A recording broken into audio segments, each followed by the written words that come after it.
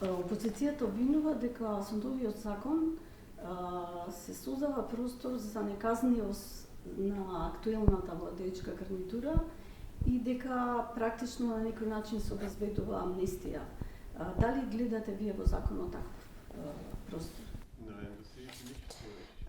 Не, уште еднаш ќе се навратам на тоа што го кажав, доколку законот вистински се имплементира, тогаш тоа нема да се случи.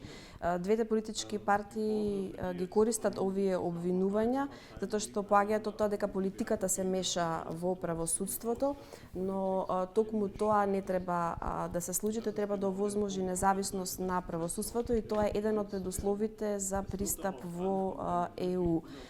Доколку функционира правосудството, тогаш воопшто не е потребно мешање од страна на политиката. Тоа е стар начин на размислување кој што треба да исчезне, а сево ова што го нагласив е многу значено и е предуслов за започнување на пристапните преговори.